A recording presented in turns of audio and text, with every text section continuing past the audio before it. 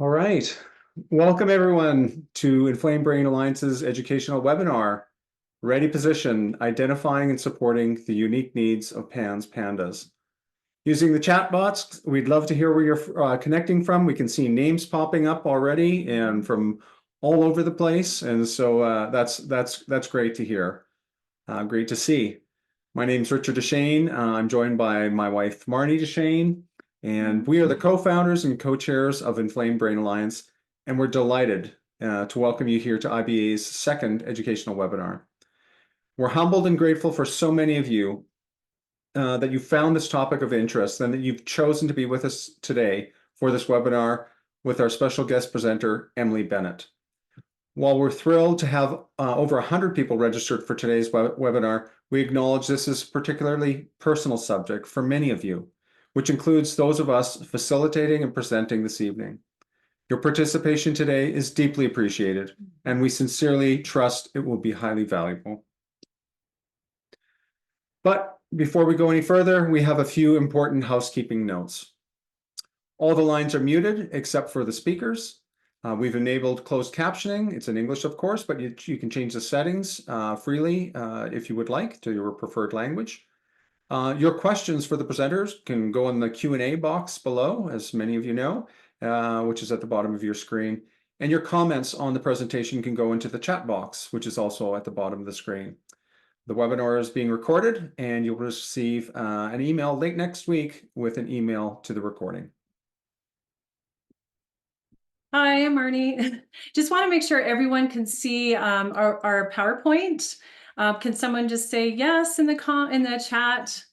That would be really helpful. Okay, thank you. Okay. Yay. So who is Inflamed Brain Alliance? Established in 2022, Inflamed Brain Alliance is a volunteer-driven charitable organization leading the fight to improve the lives and outcomes of Canadian PANS PANDAS patients and families. Sorry, my slide's not clicking through. Okay. Oh, it's had a bit of a delay. It's just getting going. There we go. Okay. Now I'll speak very briefly about the why of our charity. Okay. IBA formed out of the agonizing reality that a vast majority of our fellow Canadian PANS PANDAS patients and families are unseen, unsupported, invalidated, and ostracized. We know hope firmly rooted in help is so urgently needed. The vision of Inflamed Brain Alliance is to eliminate those barriers for everyone affected by PANS PANDAS, to end suffering and rebuild hope. There's simply too many barriers right now for families to go this alone. Our mission is to bring together those within and beyond the PANS PANDAS community to improve health outcomes, deliver education, such as this webinar today, and accelerate research to help find a cure. As we continue to unify and band together in our purpose, planning, and action, systemic changes will happen. Through the developing of our 3 strategic pillars of IBA, we're committed to eliminating barriers patients and families experience so they can focus on healing with fewer burdens to carry. Our patient and family support pillar, named Healing Stories, will provide a safe place for healing trauma wounds by releasing emotional pain and confusion through learning how to process difficult stories. Now, these programs are not necessarily all fully launched yet, so we're pretty audacious with our goals, so be patient with us, please. Our awareness and education pillar, named Healing Insights, will help learners such as patients and families, educators, and clinicians understand PANS and PANDAS and various treatments. Okay, go ahead. Sorry, it's not clicking through. Okay, our advancing research pillar, named Healing Discoveries, will strive to unravel the medical and scientific complexities of PANS PANDAS to eliminate a clear clinical care pathway. If you're a caregiver to someone with PANS PANDAS, we invite you to consider the different ways you can join the IBA community to get support while also helping others. Our Hope Companions online peer support program is for caregivers, family members, friends, and young adults navigating PANS PANDAS. Groups offer emotional, social, and informational support and connection with those who share a similar lived experience. Our peer supporters facilitate groups in Western and Eastern Canada. Very recently, we launched a national group for young adults ages 18 to 29 with diagnosed or suspected PANS PANDAS. Happy to say it's been very successful so far, and a third meeting coming up. Also a national group for parents that focuses on self-care, and that was an amazing meeting too. So if you didn't make it out, please join our next one. We'll be letting you know when that comes about very soon. Our Clinicians Network is Canada's only professional support group that aims to connect hands-on providers from many disciplines who are committed to improving the brain health and quality of life of people experiencing PANS PANDAS. This year, we have plans to establish a mental health working group with interested network affiliates to develop PANS PANDAS mental health resources. We also hope to provide some CME webinar opportunities to attract new clinicians to our network. Our Canada-wide private Facebook group launched 2 months ago. Again, we're a volunteer organization, so everything has to evolve at a grassroots effort. So this is really exciting. The group moderators provide a safe and supportive place for caregivers, family, friends, and young adults with diagnosed or suspected PANS PANDAS as they navigate their journey. So we encourage you to join our national online community where you'll find invaluable resources from our members. They're the ones that make it up. Who are journeying with you and whose care and encouragement will ensure you don't have to feel alone in the wilderness any longer. So where are you? Regardless of where you are, it's important that we each start where you are, use what you have, do what you can. This app quote by Arthur Ashe is particularly fitting challenge to those of us wanting to serve and to help and advocate for children and families battling PANS PANDAS. For those of you impacted by these diseases, we know exactly what it means to be disoriented, depleted, and daunted. But this quote is also IBA's encouragement to you and our challenge. As a new small charity that's entirely volunteer-driven, every aspect of IBA's work, plans, and aspirations require the active support of volunteers. Our volunteers all share a strong conviction that something can and must be done to help PANS PANDAS children and families suffering from its brutalizing toll. IBA's volunteer team is now emerging. We're encouraging others to join and help directly impact Canada's PANS PANDAS community. We know that how challenging it can be as a caregiver, navigating PANS PANDAS and committing to something, or even trying to commit to something. If you're a parent unable to volunteer, we understand that too. We really do. But perhaps someone in your family or social circle can, circle of support can commit. Please encourage them to explore IBA's website and visit our volunteer sign-up page, as we'd be happy to set them up. And a time to chat. I just want to update. We've been gleaning some wonderful volunteers recently through Volunteer Connector, and these are post-secondary students. So really pleased that they have no relationship with PANDAS, but they're so willing to help. So we have some projects that we're working on right now with them.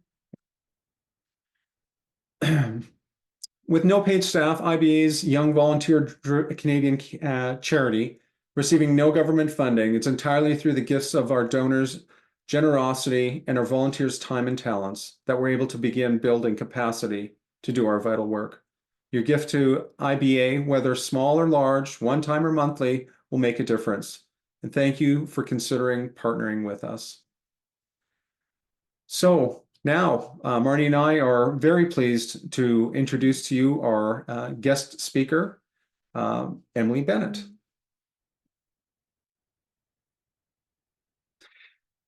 Emily is a registered clinical social worker in Lethbridge, Alberta. She works as a counselor supporting children and families through difficult experiences.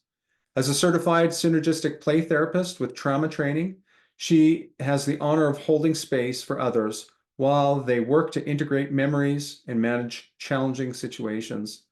Emily's previous experience as a medical social worker proved to be invaluable while trying to access and navigate support for her 2 children who both have PANDAS diagnosis.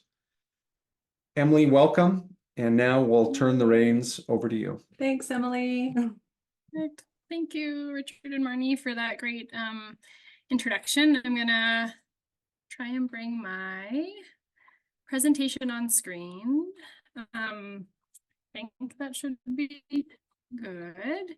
I want to, this is my insecurity. Presenting is not my jam. Information is a passion, so I'm gonna try and go through this, but just like keep that in mind. We're gonna have a Q&A at the end. I'm gonna try and invite some conversation into the chat, but I'm probably not as smooth as other people you've watched. I'm just trying to find there. Found it and found it. Perfect. So it sounds a little bit like obnoxious to have that like mention of that certified synergetic play therapist, but I do just like to call attention to that term because that was specific training, but it really takes into account like neuroscience and really meeting children where they're at. And so I think when I think of applying that knowledge to people who are affected or impacted by PANS PANDAS and just reflecting on our own experiences with this diagnosis has been a really helpful tool in understanding that. So I really like to give it credit for kind of where credit is due with that piece. And the other piece with, I think, meeting children where they're at, and I'll certainly get into this a little bit too, is even from our own experience, we work on those really specific cognitive strategies with, you know, our kiddos and trying to give them coping tools. But in the moment of those flares or those, like infection, those moments, they just don't have access to those tools. So I think today I want to talk a little bit about, I guess, like those pieces is, so to kind of follow suit, today's journey that I'm hoping to take you on will be just to define PANS PANDAS. So I think just so we're all on the same page, we'll kind of look through the diagnosis. I imagine on some level, all of us here are familiar with that piece. I really want to look at what makes PANS PANDAS unique or different than other mental health diagnosis or disability diagnosis. Quick look at the brain and the nervous system. We all have them. We're all impacted by them. When we look at supporting ourselves and children that are impacted, I think it's really essential to understand those pieces.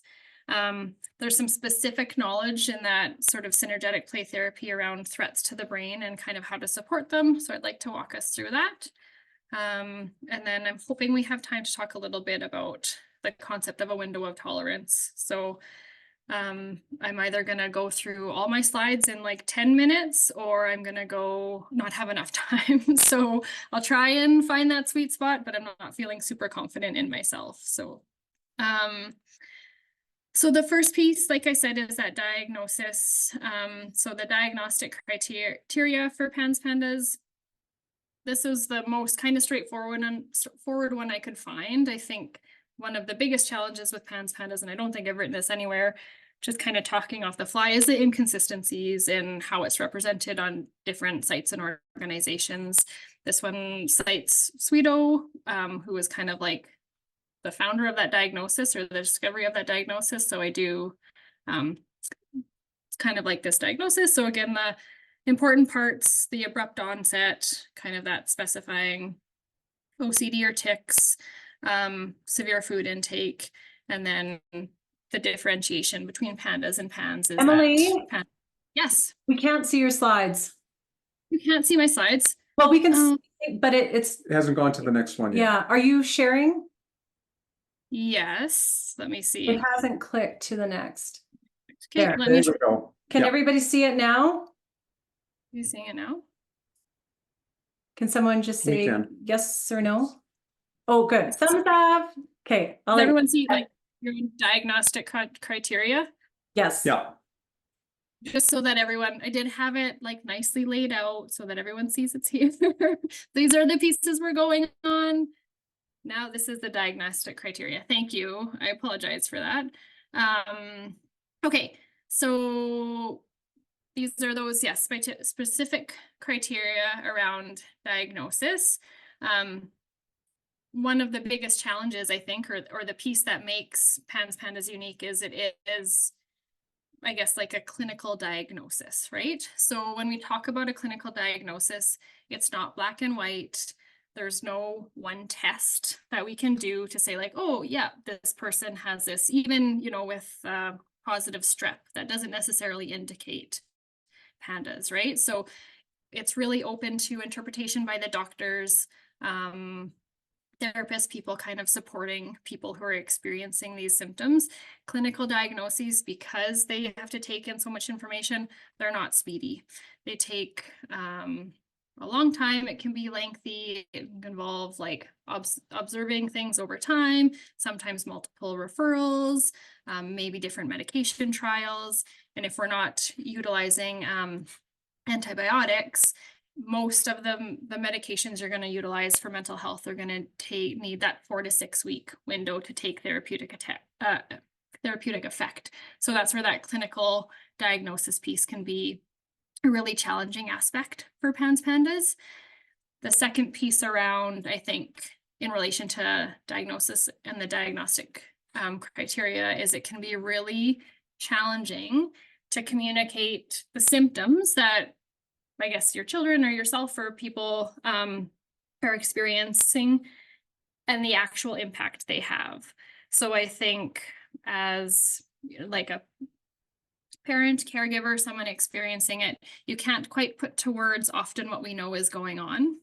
And again, I can only speak a lot from my own experience, but with OCD is it has such a significant impact on someone's life, and it's like the least tangible thing sometimes to be able to grasp or communicate that impact, right? So if someone's not classically hand washing, most people with OCD aren't, definitely still are, and we've definitely had that in our house, but so much of it is happening up here, and it's even hard for the person that's impacted to recognize some of those pieces. So when we're trying to explain the symptoms that people are going through with PANS PANDAS, it can be really difficult to really get that point across to professionals, even professionals who have kind of that understanding. And with OCD, with lots of those manifestations are so ambiguous and sneaky by nature that it can be really hard to kind of put that across. When we look at the list of symptoms here, especially this like chunk around the behaviors, there's this, in those symptoms when they stand alone, lots of them are considered a little bit normal. If they present like that, there's only one, or if it's, you know, on the lower end of severity, well, those are developmental challenges, or that can be quite common, you know, those pieces. And so I think some of those pieces can make it easier to dismiss. Well, it's not really a concern. They'll grow out of it. It'll probably be okay. One of the questions for the chat, and this is a little bit facetious, but truly meaningful, was anyone told that lots of kids have tics and that they will grow out of them? Because I think that specifically we were told that tics are common, especially in boys, and usually resolve on their own. So I feel like we can see the impact, but we can't communicate the significance and the importance and this like perfect storm of horribleness that's impacting, you know, those that we love.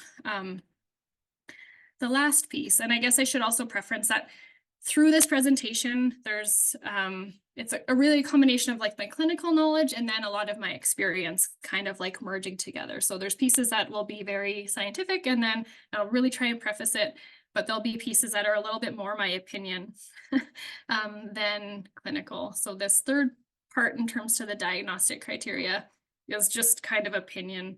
And on this specific criteria where it talks about, you know, symptoms are not better explained by another condition, that's a fairly common wording within the DSM. So the Diagnostic Statistic Manual for Mental Health, I'm pointing because it's on my shelf back there, piece, which PANDAS is in the DSM, by the way, but it's just a small paragraph. And even in the DSM, I think it says something along the line of it's a controversial diagnosis. So, I mean, on one hand, growth that it's acknowledged, but on the other hand, I'm like, that's sad that it's in print that way, right? But down here, it talks about, you know, the diagnostic workup of patients suspected of PANS must be comprehensive, which is totally fair. But The nature of the co-occurring symptoms will dictate the necessary assessments, which may include MRI, like, okay, but then like lumbar puncture, other diagnostic tests. And so I'm not saying that it's not important to rule out those other conditions. Absolutely 100%. And when we're talking neurological in the brain, again, absolutely 100%. But I would love for PANS and PANDAS to be more recognized, that it doesn't have to be a last resort, that we would want someone to get a lumbar puncture before we could consider like treating them for PANS PANDAS and seeing how that pans out. So again, a little bit my opinion, but I have my opinions for a reason, so I think they're kind of right. But I think that, I don't know, just when I read that, when I was looking this, I was just like, kind of like, ugh, in the gut, right? That's heavy. So when we talk about, and this next chunk is going to be really a combination of that, like clinical skills and opinion around how, I think as a collective, we must all be impacted by PANS PANDAS in some capacity. And I'm going to assume a lot of us are caregivers or family members of people that are impacted. So I really liked that kind of analogy of a ready position. So as a family, we're fairly sporty, and so that's something that spoke to me. But when we talk about the ready position, there's a few different definitions and they can kind of be applied to different settings. So this one was in regards to like police and first responders. They need to be in positions that they can immediately fight from and in a position that you're prepared to act. And so I thought, yep, that sounds very true to me as a PANDAS parent. I think the next piece, these are more those sports analogies. I think specific to like squash and racquetball, these ones are from, which I play neither of them, but you know, one, define the ready position as one that allows the individual to react, respond, and recover successfully. I was like, yeah, absolutely, that's me as a PANDAS parent. And then also to react most rapidly to the next shot. And so the opponent in my eye is strep PANDAS, right? And so I need to be ready to react to that next piece that's kind of coming at me. I'm just trying to think. So yeah, there was another definition that talked about being able to be fluid and responding to continuous and random movement. I'm like, yeah, beautiful. So I think generally speaking, the ready position anywhere in, you know, first responders, in sport, as a PANDAS parent is more complex than we give it credit for.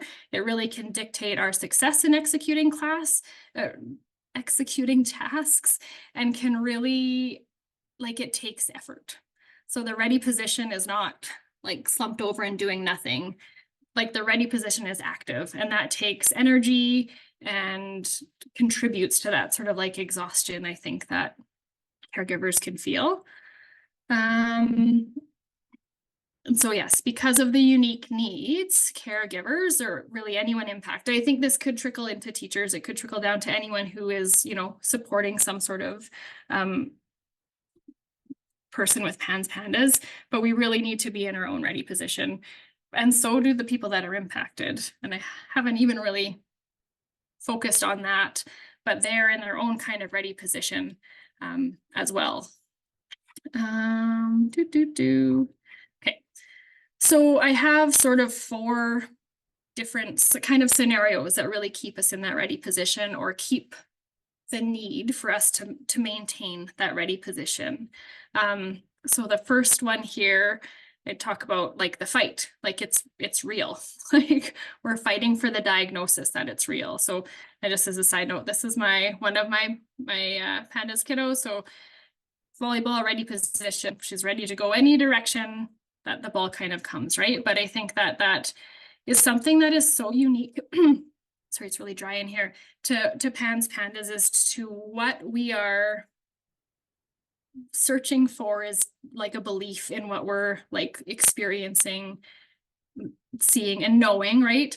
I don't know if there's much other diagnoses that have that same impact. I think that's a pretty unique situation to PANS PANDAS, and it's really hard. And this is where, when we talk about my experience as a medical social worker, I don't know how I would have navigated seeking care or diagnosis or any of it if I didn't have exposure to those pieces, which is really, like, it makes me feel really sad, because it becomes a passion to try and help others, because I would have needed that help. I still need that help and I have skills. So I think that, yeah, having to fight, prepare yourself not to be believed by professionals about something that's impacting your child so intensely. So I kind of go to that worst case scenario, like if we're meeting someone new, they might not believe it, or I have a son that has been quite croupy. So we've had lots of ER visits to help him with his airway.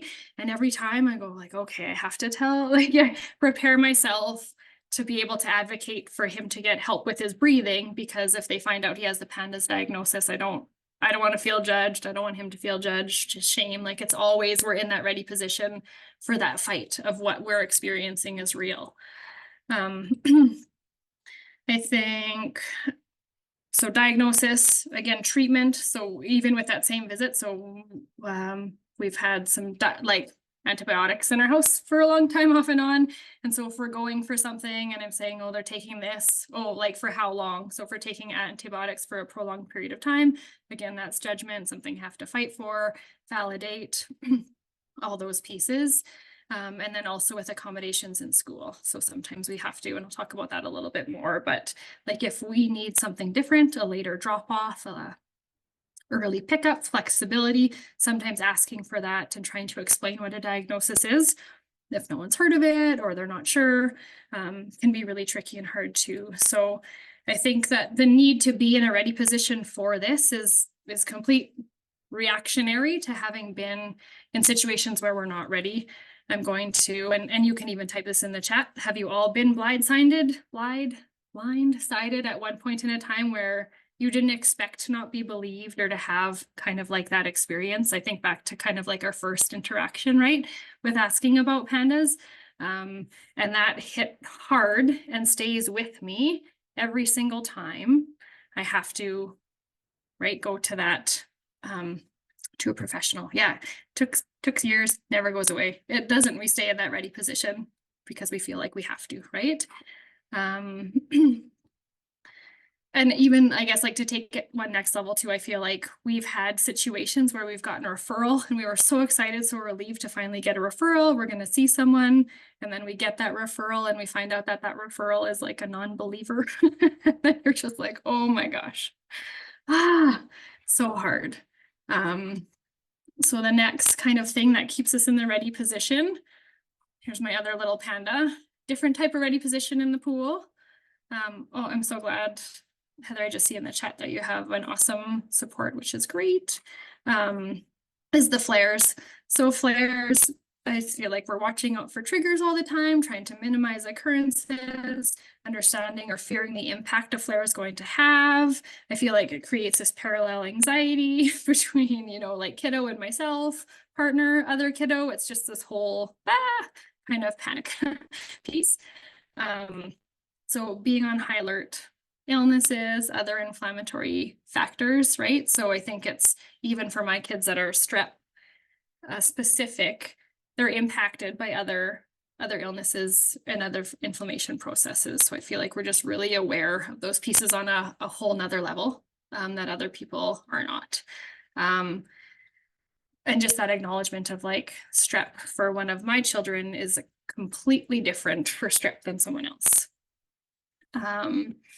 So I think that, yes, and knowing that most of the time it's a pediatric diagnosis, or that's when we discover it. We've got young kids in schools, daycares, there's flu season, COVID was one that had a big impact on one of our kiddos. And those out of the blue flares where we don't even know what's kind of having. So I feel like ready position in this regard is like maybe someone always has an open ear for like illnesses going around.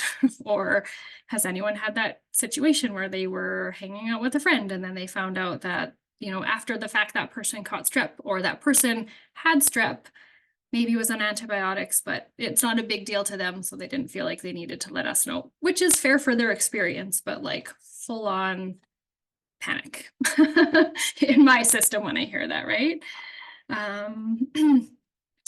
The next one is the believe me. So we've talked about like we're fighting for like belief in the diagnosis, but the believe me is a little bit different. And I'm looking at it more from like an advocacy standpoint. So again, this is my little panda in a different ready position. So many different options to be ready. And I think that with this piece, sometimes we don't even feel like advocating because we get into this self-protective mode. So I don't even want to put it out there because I can't be like shamed or shut down again. Often I find for me, the believe me comes into place when I'm trying to get supports for my kids.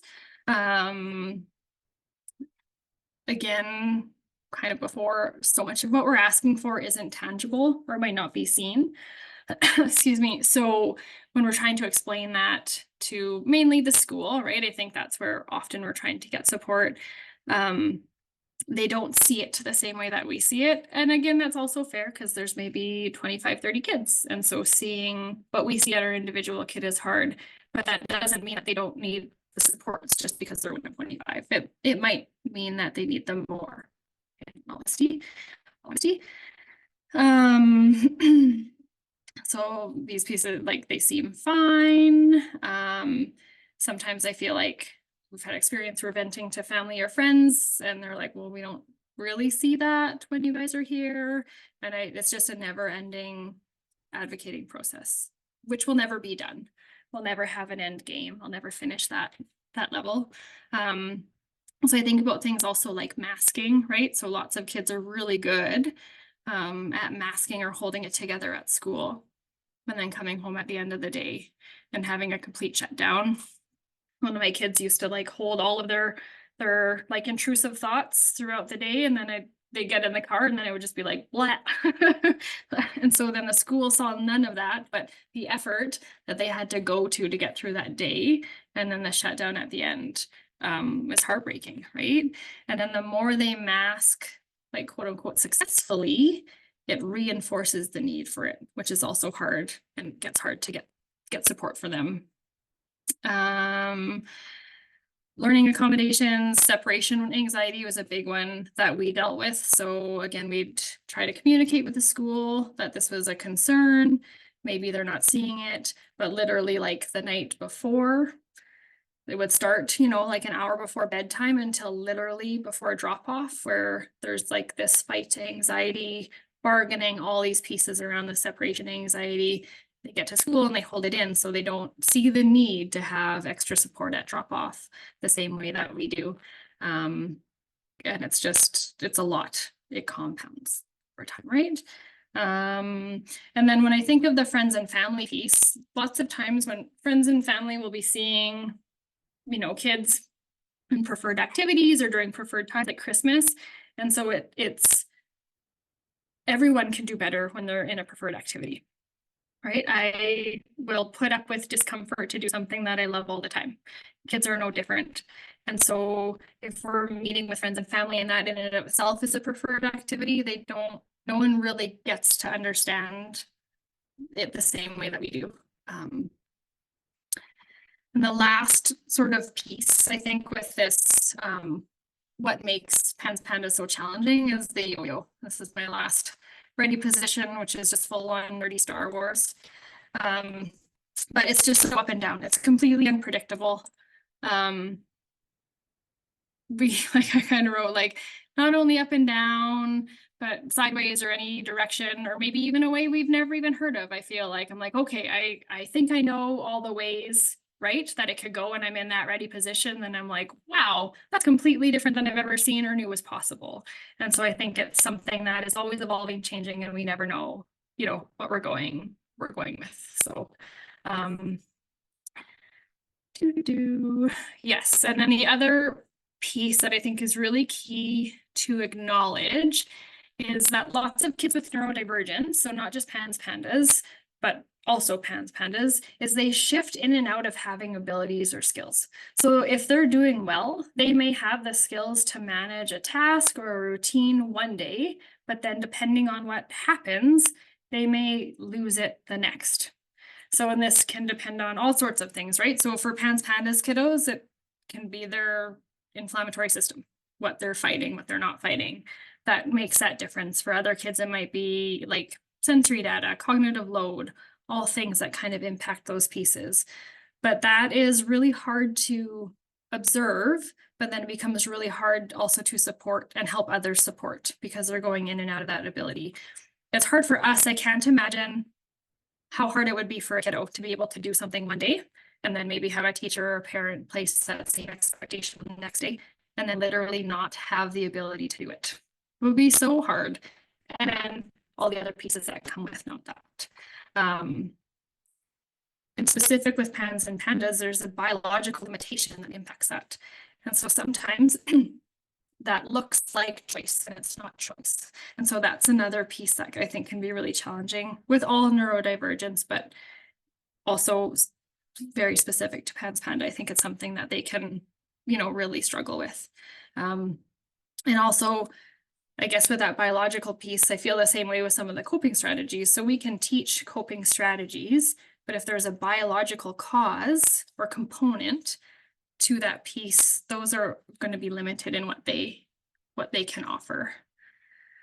So I don't actually have a slide with all 4 of them, but I think if you had a moment, so if we talk about the fight, sort of fighting for if it's real, managing flares, that kind of believe me when you're asking for supports, or the yo-yo, what's most challenging? Which one of those 4 has been the most challenging for you, or the one you dread encountering?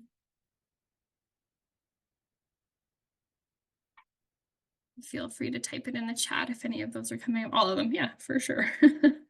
Depends on the day, right, Heather? Yeah. Okay, so I'm going to try and move on. So these next pieces, yeah, absolutely, Nancy, all of them. Yeah, the loop of all of them. Yeah, that's a good point. Absolutely. Amanda kind of says all of them, the loop of all of them, the back and forth. Yes, and where you are on the journey. And I think that is true, Heather. I also think we still, so maybe how it might not be the hardest depending on where we are in the journey, but I think, and I'll just name my experiences, I still get them all. You know, when we are 9 years in, I think. So it's hard. Unpredictability, lack of belief. Yeah, there's so much. And I feel like even in these descriptions and this, you know, conversation, it's just scraping the surface of a lot of those pieces, right? It's tricky. So I want to talk a little bit about the brain and the nervous system. So I think, well, knowing that the brain is part of the diagnosis, right? It's that inflammation in the brain. But when we look at supporting, well, humans, people, but also specific that PANS PANDAS piece, sometimes like getting down to support on a nervous system level is really all we can do in a moment of real dysregulation, especially when we know there's that biological component there. So this is a super duper simplified diagram of the brain.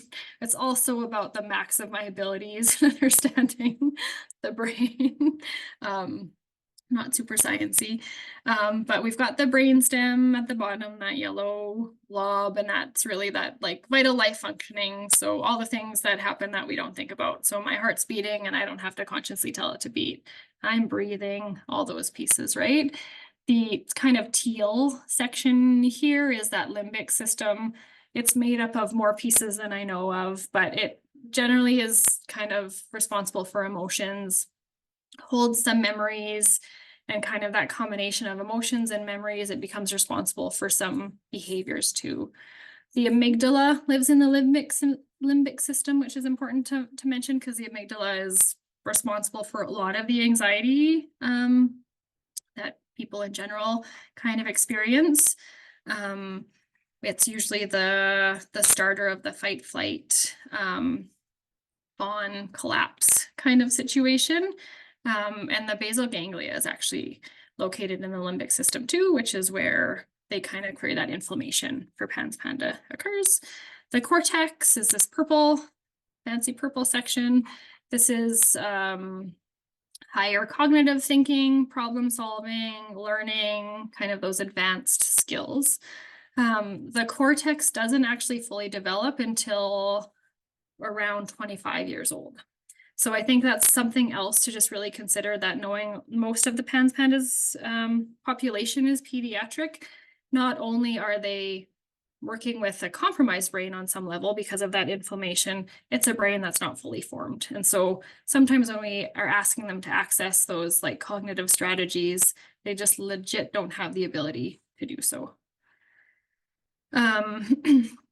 In the brain, communication goes kind of like up and down a ladder. So brainstem to limbic, limbic to cortex, and kind of back down. When we have extreme nervous system activation, so when we go into that fight flight response, our cortex goes completely offline. And it happens so quickly that if we are getting, our brain is getting the information at the same time, our limbic system, yeah, I can actually, thank you, Marnie. I can see my video is frozen too. I have no idea why. I don't know how to fix it. Look a little goofy, but I'm just going to keep. Do you want to just try turning your video on and off? Just a shot. Let's see Different. if I, oh, did that do? Now I can't see anything. Did that, did I go away completely? Yes. Yeah, your image is gone, but your voice is clear. Just put your camera back on. I just don't have the window. I'd have to stop sharing, I think, to do that. Oopsies, now I went backwards. Hang on. Let's see. I'm gonna stop sharing super quick and then I'm gonna bring it back up. Sorry, guys. Start video, and I'm gonna share. We're going back to this one. And then I'm gonna go, is that better? I'm not, yeah. Seem to be for now anyways. And then I'm gonna go back to here. That's great. That's great, Emily, thanks. Perfect. Sorry, guys. Okay, so we have the communication between all these pieces of the brain. If we see something that we think is scary, this limbic system communicates with our brainstem so quickly that our cortex doesn't have a chance to be like, no, no, no, no, no, no. It's not a snake, it's just a hose, right? So it like, our limbic system goes, oh my God, that might be a snake. I'm out of here. So I'm just, with the limbic system, when it holds our memories, what's interesting to kind of recognize with kids, depending on when they've experienced situations, their memories might not be like picture memories or movie memories, but lots of those memories are going to be like a felt experience in the body. And so they can make those connections. But what's interesting about that with kids is they don't have the ability to verbalize or even sometimes communicate what they're thinking because they don't have that picture. They just have that feeling. And that can be challenging sometimes.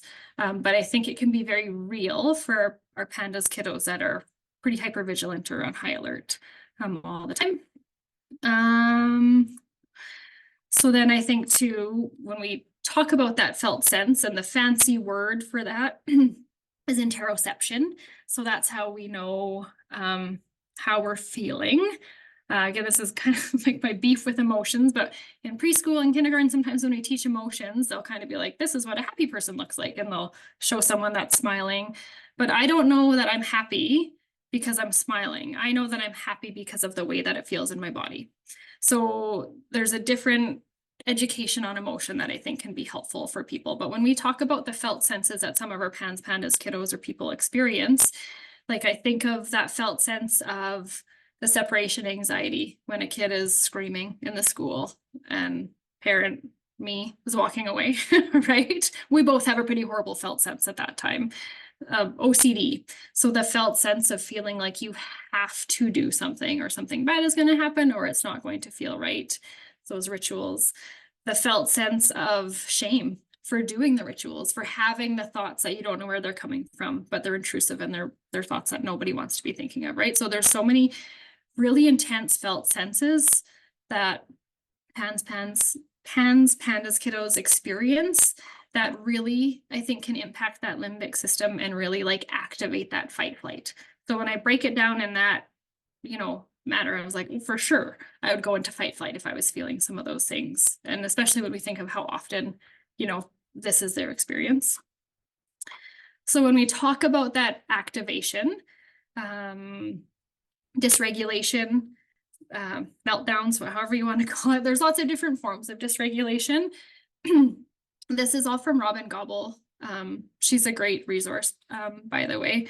But she says our brain has two modes, connection or protection. So if we are regulated and we're in, I guess it's called a ventral vagal state, we have the ability to connect and engage and interact with other people. If we are not in a regulated state, we're in protection. And so we are looking to protect ourselves, and that's where dysregulation kind of comes from. So when we look at supporting humans, but specifically in this, webinar, people who are impacted by PANS PANDAS, it's really moving. How do we move, our kiddo or that impacted person out of protection and in a safe place where they feel like they can connect? And that's where meeting someone on a nervous system level is different than trying to, do some cognitive behavioral therapy. And CBT 1000% has a place. I just don't think it's for when our kiddos are really like activated or impacted by infection or other pieces. So when we look at connection, the way that this Robin Gobble, so there's lots of different, I guess, like analogies around what's called like polyvagal theory is the fancy name for these pieces. She has a great way of explaining that. So when we're ready for connection, when we're regulated, she calls it we're connected to our owl brain. So I think of like Owl from Winnie the Pooh, wise old owl, right?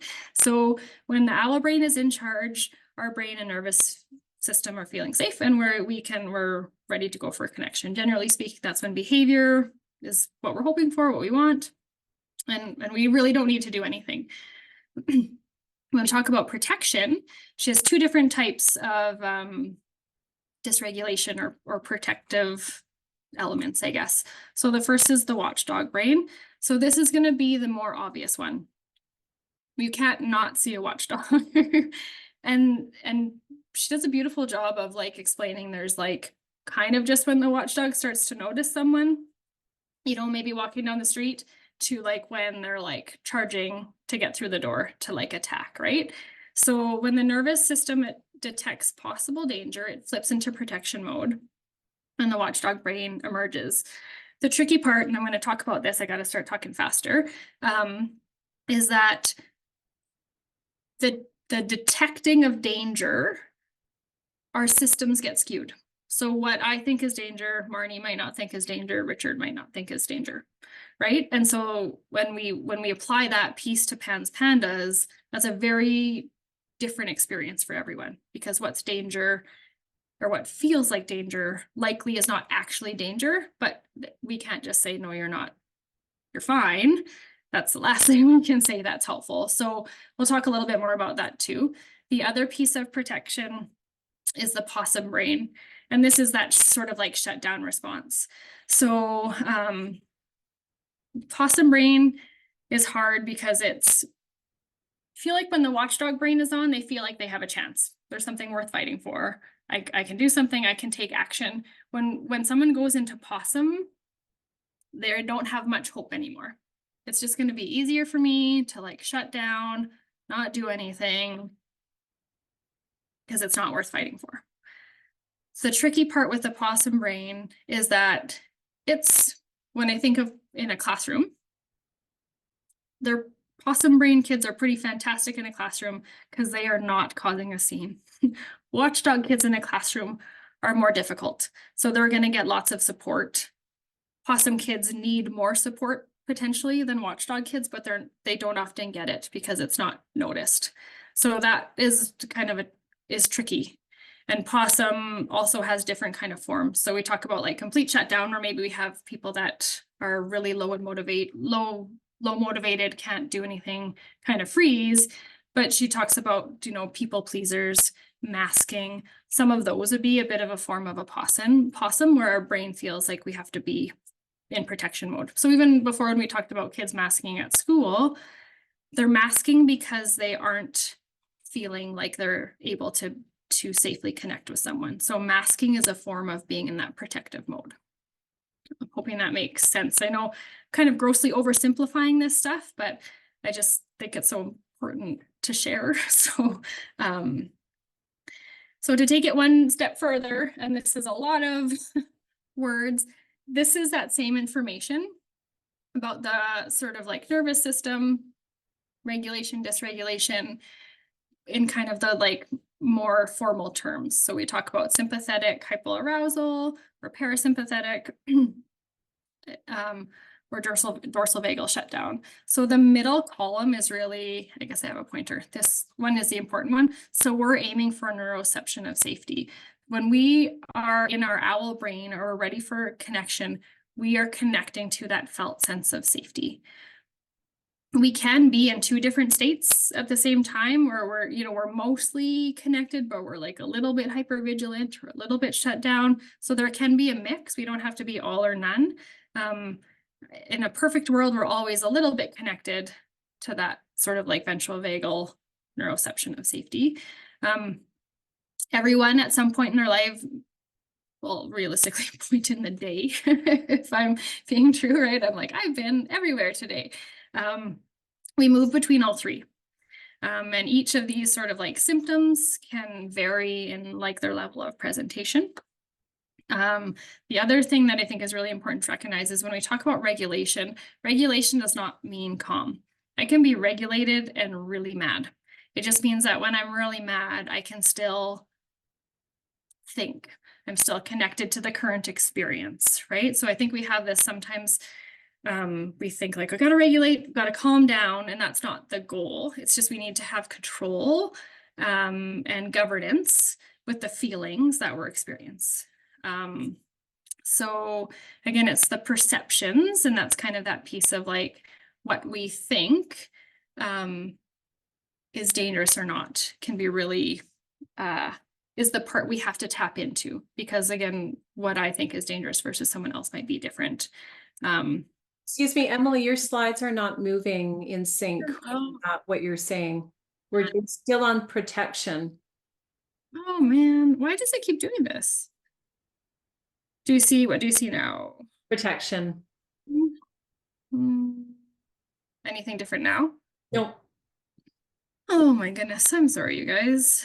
My quickest way is going to be to stop and try and bring it up again and see if that, oh, look at that. I see it as, okay, sorry. If I bring this up, I can see that you guys are only seeing protection. Oh, there, it should be working now. To find the right window. I feel like after like living through COVID and being on Zoom, I should be so much more skilled in my ability to navigate it.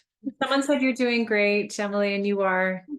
Thank you. Can you see it now? Is it that different? You sure can. Okay, perfect. Sorry, guys. Oh, sure. Now I have lost. Let me get the chat back to. There we are. Okay, perfect. Oh, and I didn't see your, Marty, let me know when I missed that completely. I'm sorry. Okay, so when we talk about perception, what changes, or I guess like how we interpret data, is this safe, is this not safe?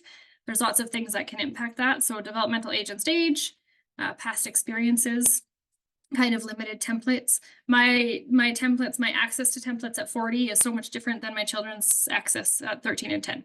I just have more experiences, and so I can pull from that information. I have more information to pull from. And then when we're dysregulated, we have a whole different skewed sense of perception, right? So when we talk about those perceptions, I want to try and break down, I'm going to try and get through these 4 threats of the brain, because this is the most important part that I wanted to get through. And then I might be able to send maybe my slides out if I don't get through them all.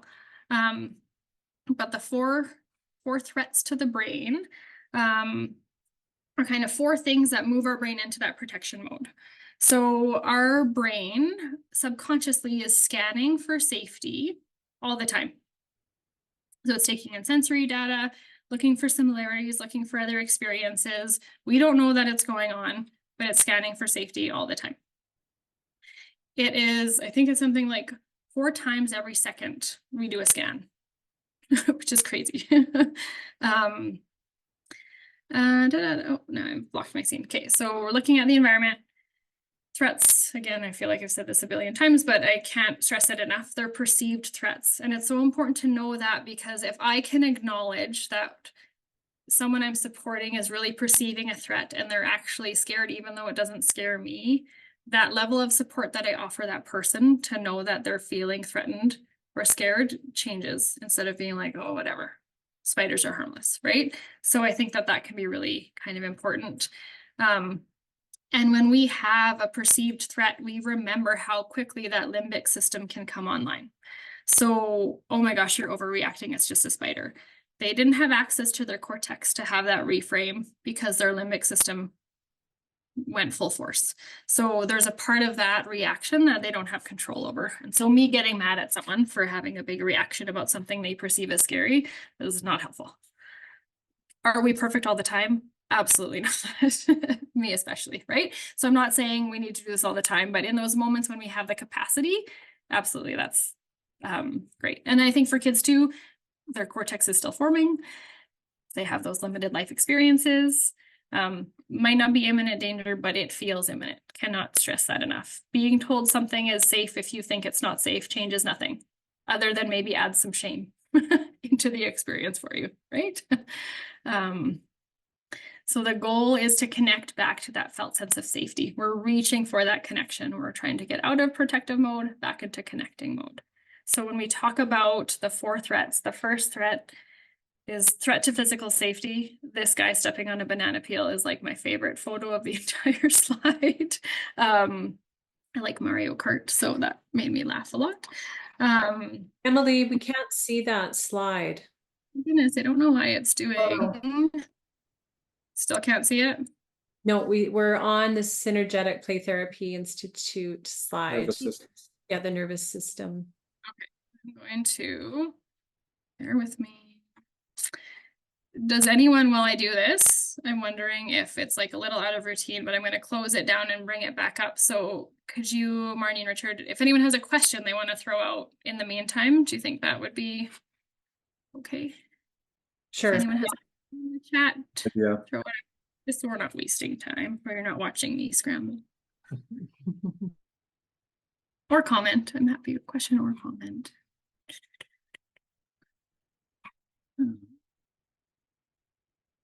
Okay.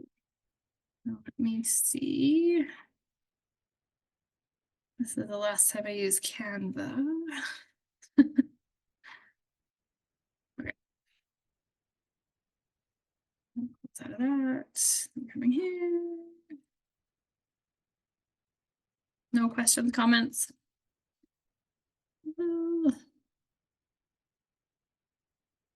Okay, so I go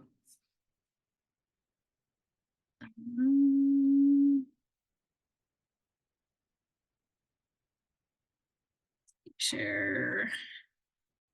Oh, this one. All right, are we seeing 4 threats to the brain now? Yep, we do. Okay, so now I'm going to have the chance to show my favorite picture, which is the banana peel. But you guys are probably like, what is she talking about? Ta-da! Okay, man stepping on a banana peel, Mario Kart. Love it. So when we're talking about threats to physical safety, Can't see the brain picture, Emily. really okay. I am going to. You're gonna have to describe what that looks like. I think what Heather said, sadly, banana didn't. Yeah. Do you see the words? Like, Yes, or you don't it's to the brain.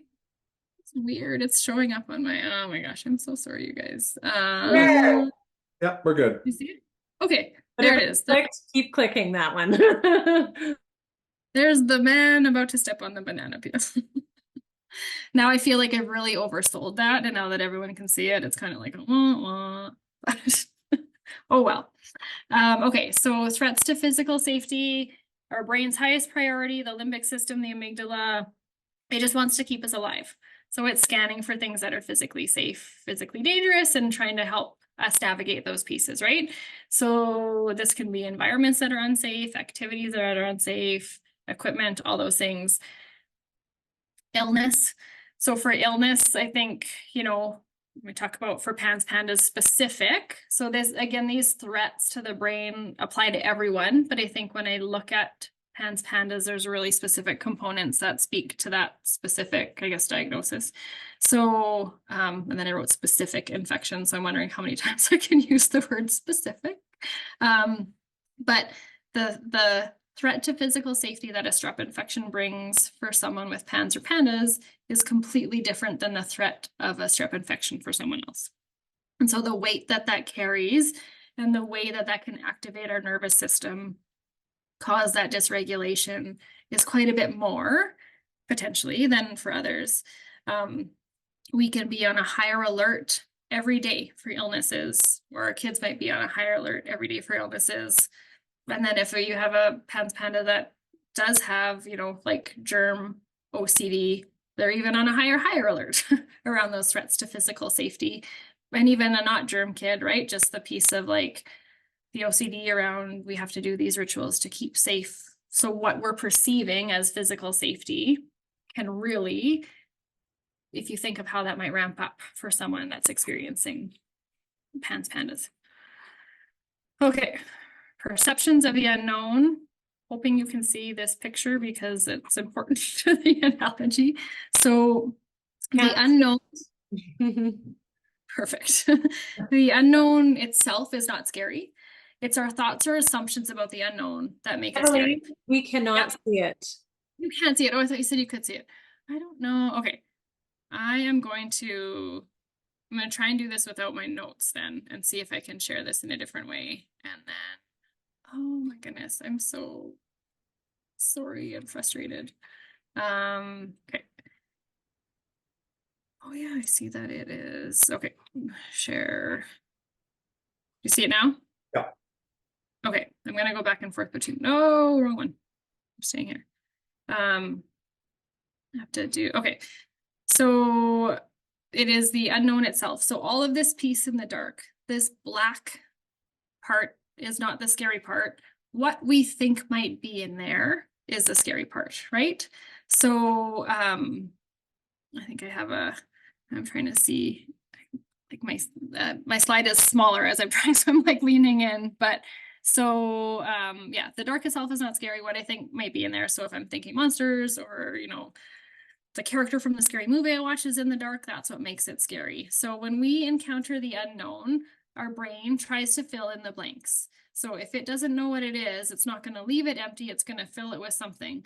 Because our brain's primary job is to keep us alive, it's going to kind of go to that worst case scenario and it's going to prepare us for anything, right?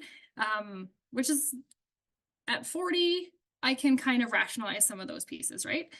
At 6, 5, even 14, they don't have those earlier templates or life experience to be able to rationalize those pieces. And then they're also impacted with potentially PANS PANDAS, which throws in a whole nother layer of the unknown. And I feel like there is just like, I guess, perfect. Every day is the unknown.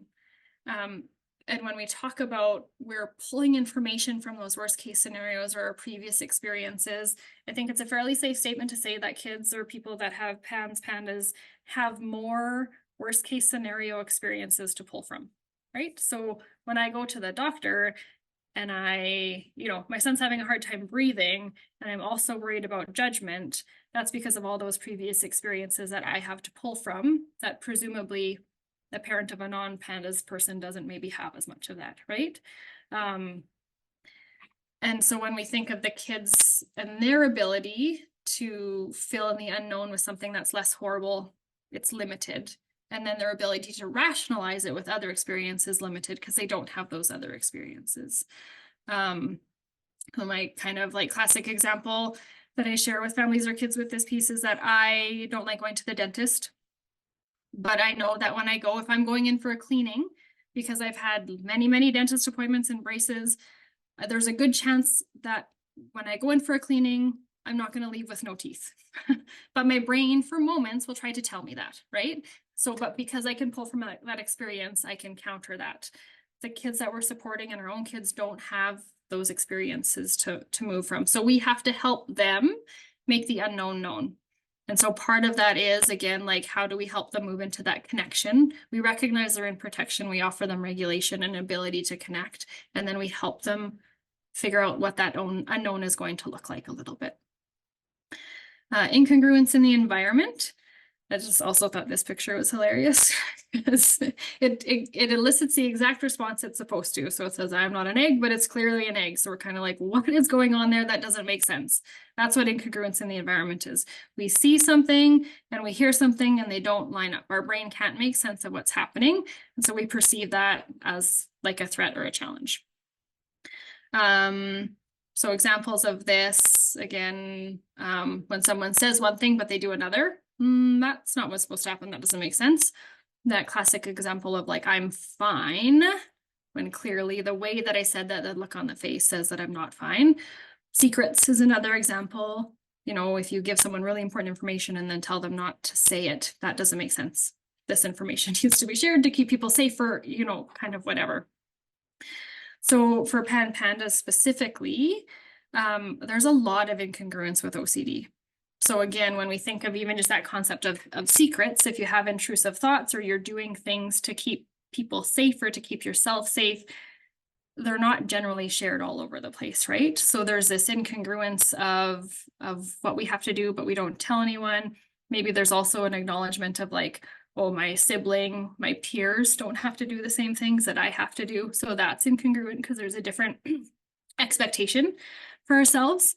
And then that increases that activation, but then also layers on all those other feelings of like shame, anger, anxiety, guilt, like some of those pieces, right? So incongruence in the environment, I guess, and also we can't remove all these threats. These threats are going to be around for everyone, but it's just how we address them. So if I can make an intentional effort to be congruent in my expressions, so sometimes I might be like, you know, if someone's having a hard day, I'm having a hard day, but no, everything's fine. I'm totally fine. It's probably more beneficial to be like, oh my gosh, I am tired and it was a really hard day. That is going to land. It's sometimes when we, you know, try to look through the glasses with those rose-colored lenses, we know some things up. Our kids know some things up when we're not kind of like being congruent and authentic. So like connecting to that authentic self, even if it's not the best news, is going to land safer than saying something when they know something else is up. Does that make sense? I feel okay. I think I saw one heart, so I'm rolling with it. And then shoulds and unmet expectations. So this is the last thing that kind of can, well, it's not one of the only things, but in those 4 threats, the last one that can kind of send our brain into that hypervigilance or either one of those protection modes. So shoulds or expectations from ourselves or other register as a threat or a challenge. When we tell ourselves we should be doing something different, or we should have done something different, it separates us from reality. And when we disconnect from that sort of like authentic self, then we're giving ourselves messages of we're not okay, we're not a good person, whatever those kind of pieces are. That internal incongruence. And again, I think this exists a lot with so many of the symptoms that accompany PANS PANDAS. So when I think of, again, like all those OCD pieces that I mentioned before, I shouldn't have to tap every time something happened. I shouldn't have to wash my hands this way. I should wash my hands an extra time. I feel like it can land either way, right? I shouldn't be so upset when I have to leave my parent and go to school. Like, I think there's so many shoulds that come around with the experiences that, you know, kiddos with PANS PANDAS or adults with PANS PANDAS might kind of encounter. And then because we talked about that fluidity of ability, right, where they go in and out of having skills, that's really hard because if you could do something yesterday, you should be able to do it today. And so then that becomes a should and increases the dysregulation. And they, generally speaking, most kids, like humans, are hard enough on themselves. They don't need someone else also telling them that they should do it. And so that, like, the should and expectation piece is something that I really tried to like advocate for accommodations or understanding or flexibility, say in school for my own kids, and then for the kiddos that I support in work too. It's a really big place that I think is really important because those can be, might seem small in the moment, but they can really accumulate over time. And I'm still living with shoulds that I experienced when I was a kid, and lost my chat bubble, but I can bring it back. Feel like super quick poll, or super quick poll. Does anyone still have shoulds that they feel like probably originated like way back when? I think it's likely a reality for all of us. More thumbs up. Thank you. 100%. So I know I want to have time for the Q&A. So I want to, this is a kind of like really important part, is that felt safety. So again, this is the Robin Gobble. She has lots of great infographics. Yeah, masterfully should all over the place. Yeah. Ditto. So when we really look at what that felt safety is, it's feeling safe. Again, the perception of what that looks like might be different from one person to the other person. We're constantly scanning for safety. And so we can go from feeling safe to unsafe, or go from being in connection to protection quite quickly, depending on kind of those experiences. And I think that just that acknowledgement of the felt sense too. So like sometimes everything can be fine. There was no obvious like trigger that set them up, but if like a feeling of loneliness or something comes in, and that is something that was one of those previous felt senses that was really hard, sometimes we don't have the words, right, to express why we don't feel safe. And the why isn't important. It's a matter of like, wow, you're having a really hard feeling. I want you to know that I'm here for you, and kind of acknowledge it. So sometimes we really go into that fix mode. Sorry, it's so dry in here.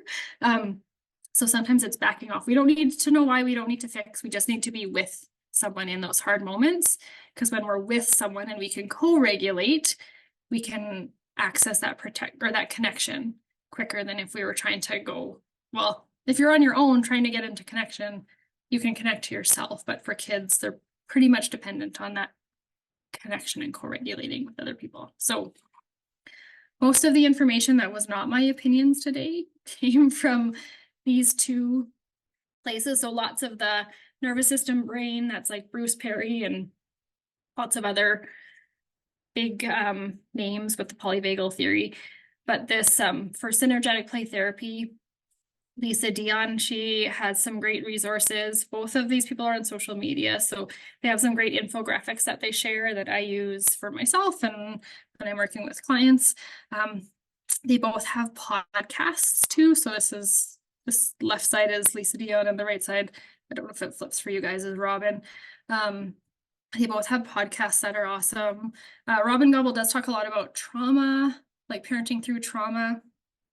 Some of us don't have that trauma label ourselves or for our children, but I think my opinion would be that going through PANS PANDAS as a person, having that diagnosis and experience that it accompanies is traumatic. Being a parent, caregiver of someone with PANS PANDAS for multiple reasons across experiences is traumatic. So everyone encounters some form of trauma in their life. And so I think lots of her pieces, like, just don't let that word scare you off of her resources, I guess is what I'm thinking. Her book, Raising Kids with Big Baffling Behaviors, is incredible. So I totally recommend doing some dives into those people if there was, or their resources, if some of what I said piqued your interest, because like I said, it really did scrape the surface. I'm gonna stop talking, stop sharing. I'm gonna only stop talking for a moment before we get into the Q&A. And then, We're going to start sharing our slide. Now, I think there was a question in the chat. Do you have specific strategies we can use to connect? Yes. So again, the lots of connection when we talk about connection. So I think a big part of it is that like super quick snippet about we just need to validate the feeling. We don't need to try and fix it. So when we're trying to connect with someone, we're not trying to fix the problem or the feeling that they're having. We're helping them experience the feeling that they're having safely, right? So I think sometimes, sorry, I just have to, we're trying to be in it with them rather than take it away. And so when we're offering that piece of, Click on share oh, you guys are, to you're not muted, we're trying to Marty. share our slide.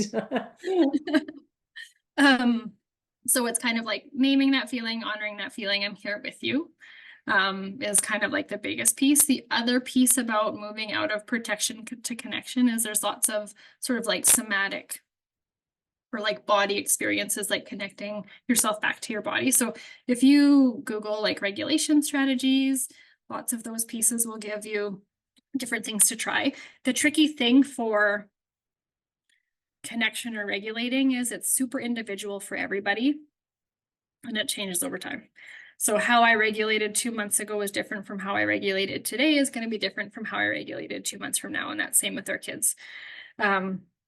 So that can be the challenging part. So I think the biggest piece to that connection is just being open to the needs and it kind of like really trying to consider what does the person we're supporting need and how can we be there for them. So I know that's kind of like, it's a non-answer answer, but there isn't a tangible thing or tangible strategies per se. It's just a shift in perspective, even from trying to be like, we're going to fix this, we're going to take this away, we're going to make it better, to being like, oh my gosh, that's so hard. I'm here. Like, and that also takes the expectation away. Because when we're trying to fix something, even with the best intention, we're adding an expectation. You do this, this is going to go away. Oh, you can't do this. So that's so sad. Do you know what I mean? So it's kind of like we take all that away and we're just present. I hope that that helps. So I think I'm going to, okay, got that one. Biggest question is where to get a diagnosis and treatment. My doctor doesn't know where to send me as an adult now. Great question, Marley. I think even Marnie and Richard might be able to answer this question better than I can. Do you guys have input or ideas into, yeah. Marley and I have been trying to, we've been connecting on this and that's a hard one, right? Especially as an adult. And I think Marley, you're living in Calgary, right? And so we're trying to convert some doctors into believers or to find out maybe if, you know, if they get a referral accepted that they will help and learn. So Marley, you're so brave, you know, you're trying your hardest. It's hard enough for the pediatric population, but as an adult, it's even tougher. But we'll keep supporting you, okay, Marley? Absolutely. And I'm sorry, Marley, I talked so much about kids, and so I hope everything I said it's applicable to the human experience and the PANS PANDAS. I think it's almost just out of habit, and I think so much about my own experiences that way. So I do have, I'm just trying to show there is lots of like regulation in school. I'll see if I can even might see if I can find a resource that is there a way, Marnie and Richard, if I had a resource or two that could be connected to the recording when it goes out? Totally. Yes, definitely. Yeah. Great question. Thanks, Lonnie. Yeah, perfect. A few sort of general resources around some of those regulation pieces. It might not be new information, but sometimes even when we rehear information, we're ready on a different level to hear it, or it lands differently, or it might not work before, but maybe it does now. So I'll see if I can find some resources around kind of like those regulation ideas. And I see, Heather, that kind of like specifically during school, which is hard. Schools is a tricky one because there's so many variables impacting that felt sense of safety. And sometimes it's a matter of just like, we need to try so many before we find one that clicks, which is exhausting in and of itself, right? So,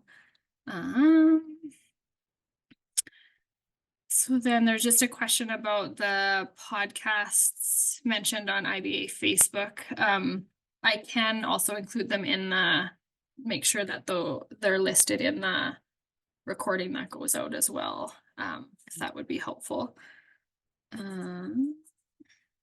Just make myself a list because I will forget. Podcasts and resources. Trying to think any other questions, comments. And I'm looking in the chat. I don't know if anything's gone in the Q&A. Look there. Oh, perfect.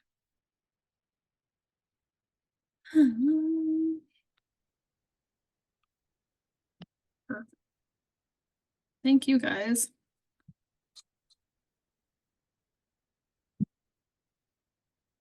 All right. You're gonna have to click the Okay. next I'm slide. gonna just get back in motion here. Can everyone see us? Can everyone see the slide? Oh, Still on Spotlight. One more question just did come through.